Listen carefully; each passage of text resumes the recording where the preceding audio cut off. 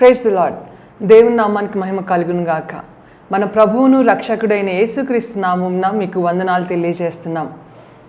ప్రభు కృప వలన మీరందరూ బాగున్నారని విశ్వసిస్తున్నాం. షకీనా సందేశం అని మా ఆధ్యాత్మిక కార్యక్రమాన్ని అనుదినము వీక్షిస్తూ వాక్యం ద్వారా బలపడుచున్నారని మేము నమ్ముతున్నాం. మీ కొరకు ప్రార్థిస్తున్నాం. ఈరోజు దేవుని వాక్యాన్ని వినడానికి మన హృదయాన్ని సిద్ధపరచుకుందాం. షకీనా మినిస్ట్రీస్ వ్యవస్థాపకులు పాస్టర్ జి విజయ్ కుమార్ గారు వాక్య సందేశం అందిస్తారు. మనమందరం ప్రార్థనాపూర్వకంగా దేవుని మాటలు విని దీవెనలు పొందుదాం.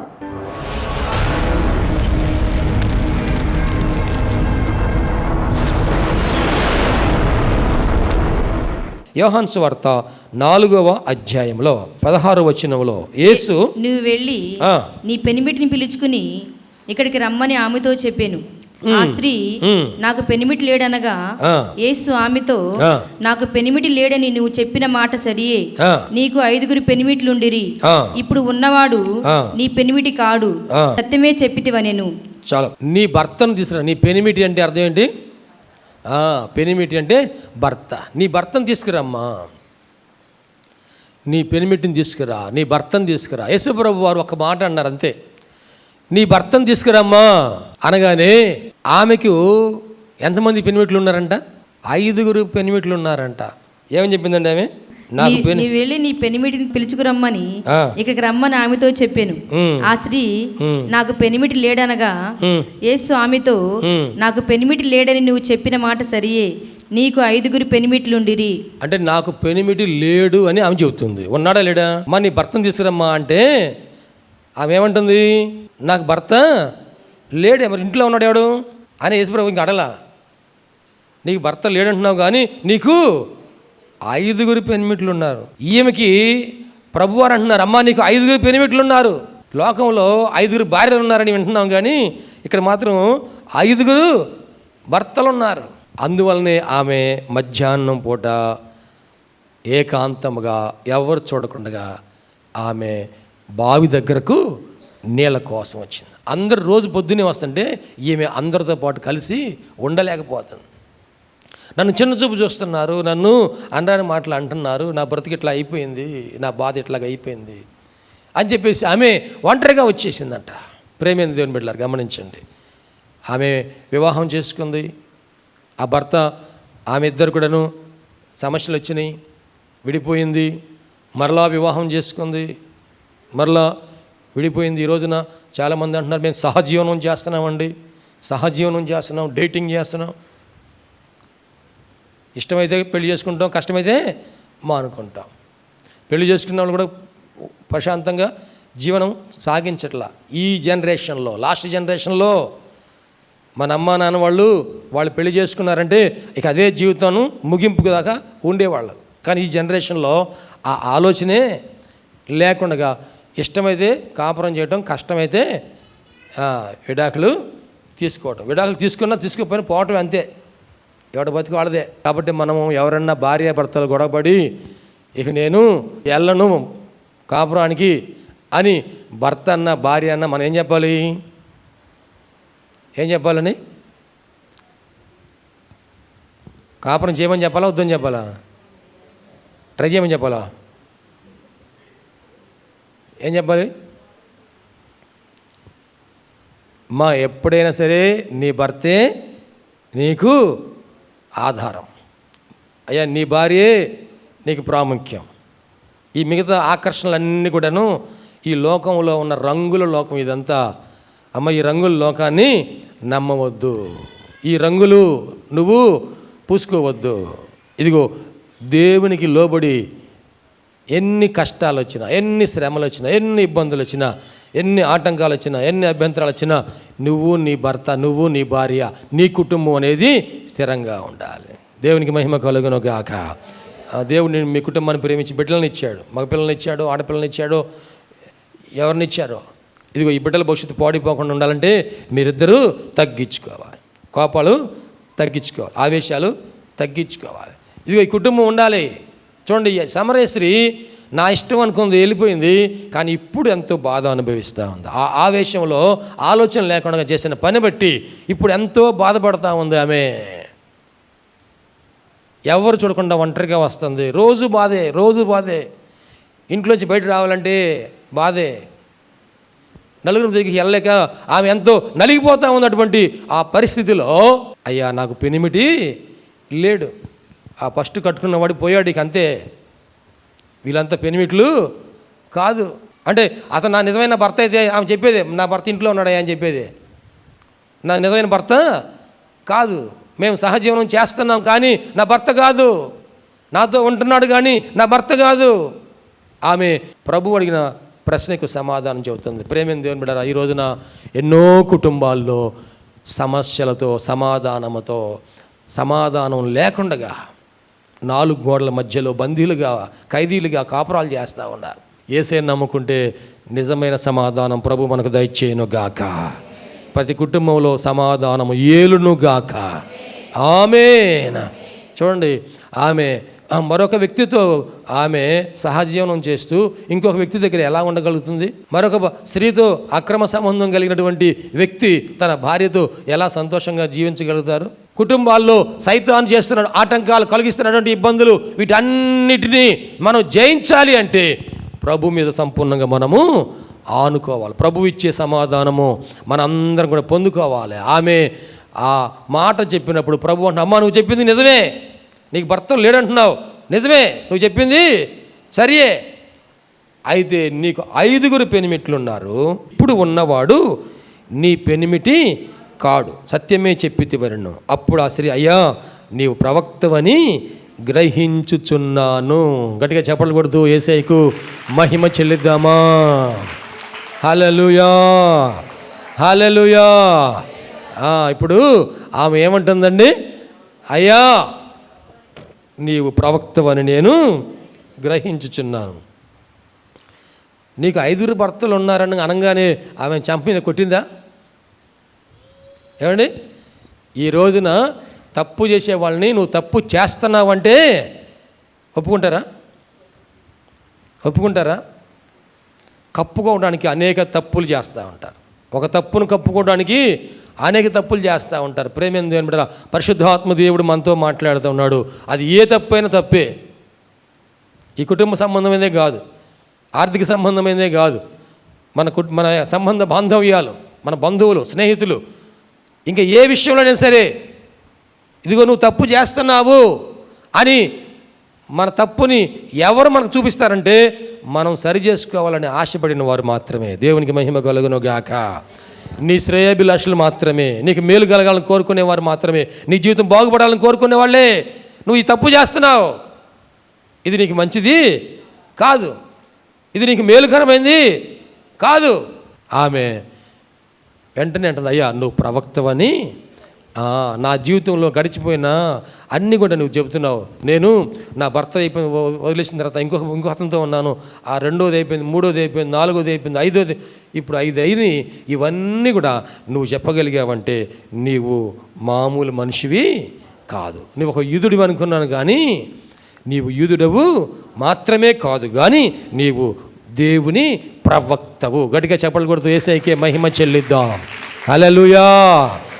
చేతులెత్తి స్తోత్రం చేద్దామా? హల్లెలూయా, హల్లెలూయా. ఇప్పుడు ఆమె తన యొక్క పాపస్థితిని గ్రహించింది, ఆయనలో ఉన్న దైవత్వాన్ని గ్రహించింది, తనలో ఉన్నటువంటి లోపం ఏంటో తెలుసుకుంది, ఆయనలో ఉన్నటువంటి దైవత్వం ఏమిటో, గొప్పతనం ఏమిటో తెలుసుకుంది. నువ్వు దేవుని ప్రవక్తవయ్యా, నువ్వు ప్రవక్తవి. ముందేముంది?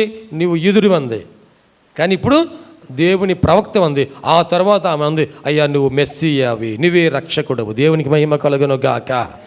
అమ్మ, యూదుల నుండి రక్షణ వస్తుంది, మీకు తెలియని దాన్ని ఆరాధించుచున్నారు, మేము మాకు తెలిసిన దాన్ని ఆరాధించుచున్నాం. దేవునికి మహిమ కలుగును గాక. లోకంలో చాలామంది మా దేవుళ్ళు ఉన్నారు, మా దేవతలు ఉన్నారు, మా దేవర్లు ఉన్నారు అని చాలామంది అనుకుంటున్నారు, కానీ ఆ దేవుని యొక్క సత్యం ఏమిటో వాళ్ళు చెప్పలేని పరిస్థితిలో ఉన్నారు, వారికి తెలియని పరిస్థితిలో ఉన్నారు. అది నిజంగా లేనటువంటి దాన్ని ఆపాదించుకుంటూ సృష్టికర్తకు బదులుగా సృష్టిని పూజిస్తూ ఉన్నారు, కనుక వాళ్ళు చెప్పలేకపోతున్నారు. ప్రభు అంటున్నారు, మాకు తెలిసిన దానిని మేము ఆరాధించుచున్నాం, మీకు తెలియని దాన్ని మీరు ఆరాధించుచున్నారు. ఏం పూజ చేస్తున్నారు మీరు, ఏం ఆరాధన చేస్తున్నారు మీరు అంటే, ఏదో మా తాత చేశాడు, మా నాన్న చేశాడు, మేము చేస్తున్నాం. మా వంశపారంపర్యంగా వస్తుందండి, మా కులం పరంగా వస్తుందండి, మా మతం పరంగా వస్తుందండి, మా ఇంటి పరంగా వస్తుందండి అని చెప్పుకుంటున్నారు. కానీ అందులో వాస్తవం ఏమిటంటే తెలియదు. ఎప్పుడైతే యేసయ్య మాట చెప్పారో ఆమె అంటుంది, అయ్యా నువ్వు మెస్సియవని నేను చేస్తున్నాం. వెంటనే ఆమె ఏం చేసిందంట, ఆ కొండ అక్కడే విడిచిపెట్టి, దేవునికి మహిమ కలుగును గాక, ఆ కొండ అక్కడే విడిచిపెట్టి, ఆమె దేనికోసం వచ్చిందండి? మంచినీళ్ళ కోసం వచ్చింది. అయితే ఇప్పుడంట ఆమె ఆ కొండ అక్కడే విడిచిపెట్టేసి ఆమె వెళ్ళిపోయి ఊర్లో ఉన్న అందరినీ పిలుచుకొని వచ్చేసిందంట. తన కుండ విడిచిపెట్టి ఊర్లోనికి వెళ్ళి, మీరు వచ్చి నేను చేసినవన్నీ నాతో చెప్పిన మనిషిని చూడుడి, ఈయన క్రీస్తు కాడా అని ఆ ఊరి వారితో చెప్పగా, వారు ఊరిలో నుండి బయలుదేరి ఆయన యొద్దకు వచ్చుచుండిరి. 28 వచ్చిన 29 వచ్చిన అక్కడ రాయబడింది కదా, ఆ స్త్రీ ఆ కొండ అక్కడ విడిచిపెట్టి తన కొండ నీళ్లతో నింపుకొని ఇంటికి తీసుకెళ్ళిందా? ఏమండి, తన కొండ నీళ్ళ కోసం వచ్చింది కదా, ఈ నీళ్లు నింపుకొని ఇంటికి వెళ్ళి కొండ ఇంట్లో పెట్టి అందరం చెబుదామని అనుకుందా? నేను ఒక ప్రవక్తను చూశాను. ఎవరిని చూసిందండి? నేను ప్రవక్తను చూశాను. ఆయన జరిగిపోయినవన్నీ కూడా చెప్పగలిగిన దైవ ఆత్మ కలిగిన వాడు. దేవునికి స్తోత్రం. నేను చేసినవన్నీ నాతో చెప్పిన వాణ్ణి మీరు వచ్చి చూడండి, మీకు కూడా చెబుతాడు. దేవునికి స్తోత్రం అండి. రేపు ఉపవాస ప్రార్థనలో మనం ప్రవక్తలను ఆహ్వానిస్తూ ఉన్నాము. ఆ ప్రవక్తలు రాబోతూ ఉన్నారు. ఆ ప్రవక్తలు మన గురించి దేవుడు బయలుపరిచిన వాటి అన్నిటినీ బయలుపరచబోతున్నారు, చెప్పబోతున్నారు. దేవునికి స్తోత్రం అండి. మన సాయంత్రం జూమ్ మీటింగ్ జరుగుతుంది. ఎక్కడో ఆఫ్రికా ఖండంలో నైజీరియా దేశంలో ఉన్నారు ప్రాఫెట్ తపీవా. ఆయన పేరు తపీవా, ప్రవక్త. ఆయన అక్కడ నుండి ప్రార్థన చేస్తున్నాడు. మన యూత్ వాళ్ళ బిడ్డలు ఎక్కువ మంది లైవ్లో ఉన్నారు. నేను కూడా లైవ్లో చేరాను. వింటూ ఉంటే ఆయన అంటున్నాడు, మెర్సిలీనా మన చర్చిలో ఉన్న అమ్మాయిది ఒక యవనస్తురాలతో, ఆ అమ్మాయి ఇక్కడ నుంచి తన నెల్లూరు జిల్లాలో ఉదయగిరిలో ఉద్యోగం చేసుకుంటుంది. మెర్సిలీనా అని పేరు పెట్టి పిలిచి ఆ బిడ్డ గురించి ప్రవచనం తెలియజేశాడు. అలాగే మా పెద్ద అబ్బాయి మోజెస్ గురించి ప్రవచనం తెలియజేశాడు. దాంట్లో మోజెస్ ప్రతాప్ కుమార్ అని జూమ్లో పార్టిసిపెంట్స్ లిస్టులో పేరు పెట్టుకున్నాడు. మోజెస్ ప్రతాప్ అని పేరు పెట్టి పిలిచాడు. దేవుడు నిన్ను ఇట్లాగా పరిచర్లో సేవలో ఇలా నూతనమైన అభిషేకం ఇచ్చి నిన్ను వాడుకోబోతున్నాడు అని చెప్పేసి దేవుడు ఆ పరిచర్య గురించి ఏమేమి జరగబోతున్నా ఆ కార్యాలు దేవుడు బయలుపరిచాడు. దేవునికి మహిమ కలుగును గాక. హల్లెలూయా. అలాగే బిందు మాధవి గురించి, అలాగే సుజని షారణ్ గురించి, అలాగనే బోయిన లక్ష్మణ్ జూమ్లో జాయిన్ అయ్యాడు. బోయిన లక్ష్మణ్ గురించి, సుధారాణి గురించి, ఇలాగా మన యవనస్తుల బిడ్డలతో, మన సంఘ బిడ్డలతో దాంట్లో ఉన్న వాళ్ళు వీళ్ళ పేర్లు పిలిచాడు. నాకు చాలా సంతోషం. ఎందుకంటే చాలామంది ఉన్నారు, అందరిలో మన బిడ్డల పేరు పిలిచి చెప్పినందుకు అది దేవుని కృప. దేవునికి మహిమ కలుగును గాక. హల్లెలూయా. నేను చేసినవన్నీ కూడా నాతో చెప్పాడు ఆయన. అందరినీ పిలిచిందంట ఆమె. ఆ కొండ అక్కడే విడిచిపెట్టిందంట. కొండ అక్కడ విడిచిపెడితే ఉండిద్దా పగిలిద్దా? ఏమా, కొండ అక్కడ పెడితే ఉండిద్దా పోయిద్దా? ఉండిద్దా పగిలిపోయిద్దా? పగిలిపోతే పగిలిపోవును గాక, పోతే పోవును గాక. ఏమండి, విడిచిపెట్టేసింది. మనం కూడాను యేసయ్య దగ్గరికి అందరిని పిలవాలంటే ముందు మనం ఏం చేయాలంటే విడిచిపెట్టవలసిన వాటిని విడిచిపెట్టాలి. దేవునికి మహిమ కలుగును గాక. మనము విడిచిపెట్టవలసిన వాటిని విడిచిపెట్టాలి. మనం విడిచిపెడితేనే మనం అందరిని పిలవగలుగుతాం. విడిచిపెడితేనే సువార్త ప్రకటించగలుగుతాం. మనం విడిచిపెట్టకుండా సువార్త ప్రకటించినా కానీ ఆయన మంచోడే కానీ నువ్వు మంచిదాని కాదు అంటారు. ఏమంటారండి? ఆయన మంచోడే. ఎవరు? యేసయ్య మంచోడే, కానీ నువ్వు మంచోడివి కాదురా బాబు, నువ్వు మంచిదాని కాదమ్మా అని మనల్ని అంటారు. ఆయనలాగా మనం మార్చబడాలని ఆయన కోరుకుంటున్నాడు కనుక విడిచిపెట్టవలసిన వాటి అన్నిటినీ విడిచిపెట్టాలి. హెబ్రీ పత్రిక 12వ అధ్యాయం 1వ వచనంలో చూడండి. ఇంత గొప్ప సాక్షి సమూహము మేఘం వలె మనను ఆవరించి ఉన్నందున మనము కూడా ప్రతి భారమును సులువుగా చిక్కులు పెట్టు పాపమును విడిచిపెట్టి పాపమును విడిచిపెట్టి విశ్వాసమునకు కర్తయు. ఏం విడిచిపెట్టాలంటండి? పాపమును విడిచిపెట్టి. సులువుగా చిక్కులు పెట్టు పాపమును. జాగ్రత్తగా గమనించండి. సులువుగా నిన్ను చిక్కుల్లో పడేస్తుంది పాపం. నీ ఆలోచనలు సులువుగా నిన్ను పడేస్తున్నాయి, నీ మాటలు సులువుగా నిన్ను పడేస్తున్నాయి, నీ చూపులు నీ చూపులు సులువుగా నిన్ను పడేస్తున్నాయి. సులువుగా చిక్కులు పెట్టు ఈ పాపములను మనము విడిచిపెట్టి, దేవునికి మహిమ కలుగును గాక. ఇంకా ఏమేమి మనము విడిచిపెట్టలేదో, ఏమేమి విడిచిపెట్టవలెనో వాటన్నిటిని కూడాను మనము విడిచిపెట్టి మన విశ్వాసం కర్తయ్య దాన్ని కొనసాగించువాడినైనా యేసు వైపు చూచుచు మన ఎదుట ఉంచబడిన పందెపు రంగములో ఓపికతో మనము పరుగెత్తుదాము. సామెతల గ్రంథం 3:7 చూడండి. నేను జ్ఞానిని కదా అని నీవు అనుకొనవద్దు. యెహోవా యందు భయభక్తులు కలిగి చెడుతనం విడిచిపెట్టుము. ఏం విడిచిపెట్టాలంటండి? చెడుతనం విడిచిపెట్టుము. యెహోవా యందు భయభక్తులు కలిగి చెడుతనమును విడిచిపెట్టుము. అప్పుడు నీ దేహమునకు ఆరోగ్యమును నీ ఎముకలకు సత్తువను కలుగును. నీ దేహానికి ఆరోగ్యం కావాలి అంటే చెడుతనమును విడిచిపెట్టుము. చెడుతనమును విడిచిపెట్టుము. అప్పుడు నీ దేహానికి ఆరోగ్యం. నీ దేహానికి ఆరోగ్యం కావాలంటే చెడుతనం విడిచిపెట్టు. ఆ మందు తాగుతున్నావే, ఆ మందు విడిచిపెడితే నీ దేహానికి ఆరోగ్యం. ఆ చుట్టా బీడి సిగరెట్ కాల్చేస్తున్నావే, అది విడిచిపెడితే నీ శరీరానికి ఆరోగ్యం. ఆ గుట్కాలు, ఖైనీలు, పాన్పరాగులు, ఎంసీలు, ఇంకేముండయో మత్తు పదార్థాలు, మాదక ద్రవ్యాలు, ఇవి అన్నీ విడిచిపెడితే నీ దేహానికి ఆరోగ్యం. సామెతల గ్రంథం 17:14 చూడండి దయచేసి. కలహారంభము నీటి గట్టున పుట్టు ఊట, వివాదము అధికము కాక మునిపే దాన్ని విడిచిపెట్టుము. కలహారంభము నీటి గట్టున పుట్టు ఊట, వివాదము అధికము కాక మునిపే దాన్ని విడిచిపెట్టుము. వివాదము అధికము కాక మునిపే దాన్ని నువ్వు విడిచిపెట్టు. కలహం అంటే ఎటువంటిదంట? నీటి గట్టును పుట్టే ఊట లాంటిది.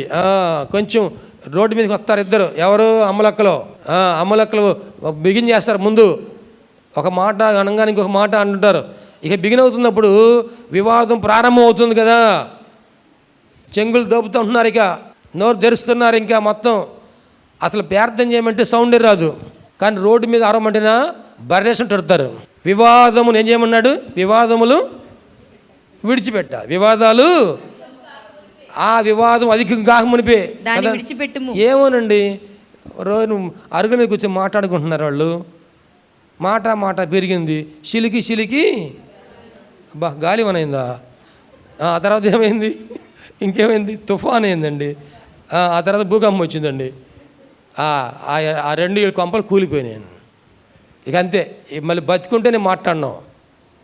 ఏమండి? చచ్చిపోయిన తర్వాత మాట్లాడతారా? బతికుంటే మాట్లాడినాం అంతే. ఆవేశం విడిచిపెట్టాలి, కోపం విడిచిపెట్టాలి, తగాదాలు, వివాదాలు అన్నీ విడిచిపెట్టాలి. ప్రేమైన దేవుని బిడ్డలారా, ఈ లేఖనములో సెలవిచ్చిన ప్రకారముగా ఏది విడిచిపెట్టాలో దాన్ని మనము 37వ కీర్తన 8వ వచనం చూడండి. కోపము మానుము, ఆగ్రహము విడిచిపెట్టుము, వ్యసన పడకుము, అది కీడుకే కారణము. దేని విడిచిపెట్టాలంటండి? కోపము విడిచిపెట్టుము, మానుము, ఆగ్రహము విడిచిపెట్టుము. కోపం ఏంటి? ఆగ్రహం ఏంటి? ఏమండి? కోపం అంటే అర్థం ఏంటి? ఆగ్రహం అంటే అర్థం ఏంటి? నాకు ముక్కు మీద ఉండేది ఏంటది? ఎక్కడ ఉండదంట? నాకు ముక్కు మీద ఉండి కోపం అంటే ఇది నూనె పొంగినట్టు పొంగుతూ ఉంటుంది, పాలు పొంగినట్టుగా పొంగుతూ ఉంటుంది. ఆగ్రహము ఆ మనసులో పెట్టుకొని ఉండేదాన్ని ఇంకా ఏమేం చేయాలనుకుంటుంటారు చూసారా? దాన్ని ఆగ్రహము. అవి ఏం చేయాలంట? విడిచిపెట్టాలి. ఎవరి మీద కోపపడుతున్నాం? ఇంట్లో వాళ్ళ మీదనే. జాగ్రత్తగా గమనించండి. ఇంట్లో వాళ్ళ మీదనే కోపపడుతున్నాం, ఇంట్లో వాళ్ళ మీదనే ఆగ్రహము, ఇంట్లో వాళ్ళ మీదే పగ, ఇంట్లో వాళ్ళ మీద కక్ష, ద్వేషము, భేదము, విమతములు, ఇవన్నీ కూడా ఇంట్లో వాళ్ళ మీదనే, పక్క వాళ్ళ మీదనే, సహోదరుల మీదనే, సహోదరుల మీదనే. ఇవన్నీ విడిచిపెట్టవలసినవి. ఎప్పుడైతే ఆ ఇంట్లో వాళ్ళ మీద కోపపడతాం, అనవసరంగా కోపపడటం, అవన్నీ మానుకుంటామో మన కుటుంబంలో సమాధానము ఏలునుగాక. ఆమేన్. మనము వీటిని విడిచిపెట్టాలి. ఆమె ఏం చేసిందంటే కొండ అక్కడ విడిచిపెట్టేసి ఊర్లోకి వెళ్ళిందంట. అందరినీ ఆమె పిలిచిందంట. ఎప్పుడైతే ఆమె చెప్పిన సాక్ష్యం బట్టి అందరూ వచ్చారంట ఆయన దగ్గరికి. ఇప్పుడు వాళ్ళందరూ ఆయన మాట వింటా ఉన్నారు. దేవునికి మహిమ కలుగునుగాక. ఆయన మాట వారు వింటా ఉన్నప్పుడు ఇప్పుడు వారు ఏమని సాక్ష్యం చెప్పారు? అమ్మా, ఇంతవరకు నువ్వు చెప్పింది ఆ మాట విన్నాం, కానీ ఇక నుండి ఇగో ఇప్పుడు ఆయన చెప్పిన మాట విన్న తర్వాత ఈయన ఒక ఇక మీదట నువ్వు చెప్పిన మాటను బట్టి కాక మా మట్టుకు మేమే విని 41-42 వచనాల్లో మా మట్టుకు మేము విని ఈయన నిజముగా లోక రక్షకుడని తెలుసుకొని నమ్ముచున్నామనిది. ఇప్పుడు నువ్వు చెప్పావు కదమ్మా, ఎవరు ఈమె సమరయ స్త్రీ చెప్పిన మాట వారు విని ఏమంటున్నారంటే, అమ్మా ఇప్పటి వరకు నువ్వు చెప్పావే, నీ మాటను బట్టి మేము వచ్చాం, కానీ ఇప్పుడు ఆయన మాటలు వింటుంటే ఈయన నిజముగా లోక రక్షకుడు. గట్టిగా చెప్పట్లు కొడుతూ యేసయ్యకి మహిమ చెల్లిద్దామా. ఈయన నిజముగా లోక రక్షకుడు. ఆయన మాటలు విన్న వారందరూ కూడా ఆదరించబడేవారు. దేవునికి స్తోత్రం అండి. ఆయన మాటలు విన్న వారందరూ కూడా జీవవాక్కులు వినేవారు, జీవపు ఓటలు వారు వినేవారు. వారి జీవితాలు దీవించబడే జీవితాలు. వారు ఆయన మాట విన్న ప్రతి ఒక్కరి జీవితం కూడా ఆశీర్వదించబడింది. దేవునికి స్తోత్రం అండి. బలపరచబడింది, స్థిరపరచబడింది, దీవించబడ్డారు. అందువలన ఆయన అందరూ అంటున్నారు, ఈయన నిజముగా లోక రక్షకుడు. దేవునికి మహిమ కలుగునుగాక. హల్లెలూయా. ప్రభువా నువ్వు మా ఊరు విడిచిపెట్టి వెళ్ళొద్దయ్యా, ఇంకా ఇక్కడే మాతో కూడా ఉండు ప్రభా. గమనించారా? యేసయ్యను ఒక్కసారి ఆయన మాటలు వింటే ఇక మనం రోజు ఏమంటామంట, ప్రభువా రోజు నువ్వు మాతోనే ఉండు నాయన, మా ఇంటిలోనే ఉండు ప్రభువా, నువ్వు మాతోనే ఉండు ప్రభువా, మా ఇంట్లోనే ఉండు ప్రభువా అని అందరు కూడాను ఆయన్ని అడిగేవారుగా ఉంటారని ఇక్కడ లేఖనములో సెలవిస్తూ ఉంది. ప్రతి దేవుని బిడ్డలారా, ఇక్కడ గమనించినట్లయితే ఈ సమరయ స్త్రీ ఆమె తన జీవితంలో యేసయ్య బ్రతికి ఉండగానే యేసయ్య సజీవులుగా శరీరధారిగా ఈ లోకంలో ఉండగానే ఆమె సువార్తను ప్రకటించింది. ఆమె ఆ ఊరి వారందరినీ కూడాను రక్షణలోనికి నడిపించిందంట. నిజముగా ఈయన లోక రక్షకుడని నమ్మిన వారందరూ కూడా రక్షణ పొందారు. దేవునికి స్తోత్రం. హల్లెలూయా.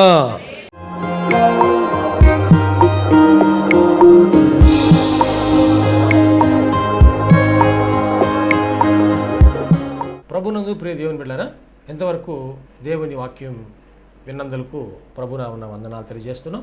మనం అందరం ప్రార్థనలో ఏకీపిద్దాం. తలలు వంచి కనులు మూసుకొని ప్రార్థనలో ఏకీపిద్దామండి. ప్రార్థించుకుందాం. మహోన్నతుడైన దేవ, పరిశుద్ధుడైన మా ప్రభువా, నీ పరిశుద్ధమైన పాదములకు వందనాలు. ఇదిగో నాయనా, ఈ వాక్యము ద్వారా మాతో మీరు మాట్లాడినందుకు వందనాలు ప్రభా. అవును, నువ్వు సజీవుడైన దేవుడివయ్యా, మాట్లాడే దేవుడవు ప్రభా. ఈ వాక్యం మా హృదయంలో పదిలిపరుచుకుంటూ సహాయం చేయండి. సంపూర్ణమైన మారు మనసు మాకు దయచేయండి. పాప క్షమాపణ అనుభవం మాకు దయచేయండి. రక్షణ ఆనందం మాకు దయచేయండి ప్రభువా. ఈ అనారోగ్యములు, బలహీనతలు, సమస్యలు, శోధనలు, సైతాను ఆటంకాలు అన్నీ కూడా యేసుక్రీస్తు నామములో తొలగించండి నాయన. పరిశుద్ధాత్మ దేవ, మీ కార్యం జరిగించండి అయ్యా. మీరు మాకు తోడుగా ఉండి దీవించండి. మమ్మల్ని, మా కుటుంబం జ్ఞాపకం చేసుకోండి. మా బిడ్డల్ని మీరు ఆశీర్వదించండి ప్రభువా. మా కుటుంబంలో రక్షణ ఆనందం సంపూర్ణంగా దయచేయండి. ఎటువంటి అవసరాలని మీకు తెలుసునైనా ప్రతి అవసరతలో కూడా మాకు సహాయం దయచేయండి. అన్ని విషయాలు కూడా మీరు దీవించండి. ఈ టీవీ ప్రోగ్రాం చూసిన ప్రతి ఒక్కరిని పేరు వరుసన మీరు దీవించి రక్షించి మీరు అక్కడ కొరకు సిద్ధపరచండి. మంచి భవిష్యత్తును వారికి దయచేసి మీ కృపలో మీరు వర్ధలు చేయమని నీకే సమర్పణ చేసుకుంటూ యేసయ్య పరిశుద్ధ నామములో స్తుతించి ప్రార్థించి వేడుకుంటున్నాము తండ్రి. ఆమెన్. తండ్రి, కుమార, పరిశుద్ధాత్మ త్రియేక దేవుని దీవెన తోడుగా నడిపించను గాక. Amen, amen, amen. మీ అందరికీ ప్రభునామన వందనాలు. దేవుడు మిమ్మల్ని దీవించను గాక. ఆమెన్. ప్రభునందు ప్రియమైన సహోదరి సహోదరులందరికీ షకీనా ప్రార్థనా మందిరం తరపున హృదయపూర్వక వందనాలు తెలియజేస్తున్నాం. దేవుని కృప వలన 2012వ సంవత్సరంలో 350 గజముల స్థలంలో ఈ మందిరం నిర్మించుకోవడానికి ప్రభు కృపించారు. 2016వ సంవత్సరంలో నూతన స్థలం 180 గజముల స్థలం తీసుకోవడానికి ప్రభు సహాయం చేశారు. ఈ సమయంలో ఈ స్థలం అంతట్లో కూడాను మందిరం నిర్మించుకోవడానికి ప్రభు ఏర్పాటు చేసి ఉన్నారు కనుక ఈ మందిర నిర్మాణం, పాత మందిరం తీసివేసి నూతన మందిర నిర్మాణం కార్యక్రమం ప్రారంభించబడింది.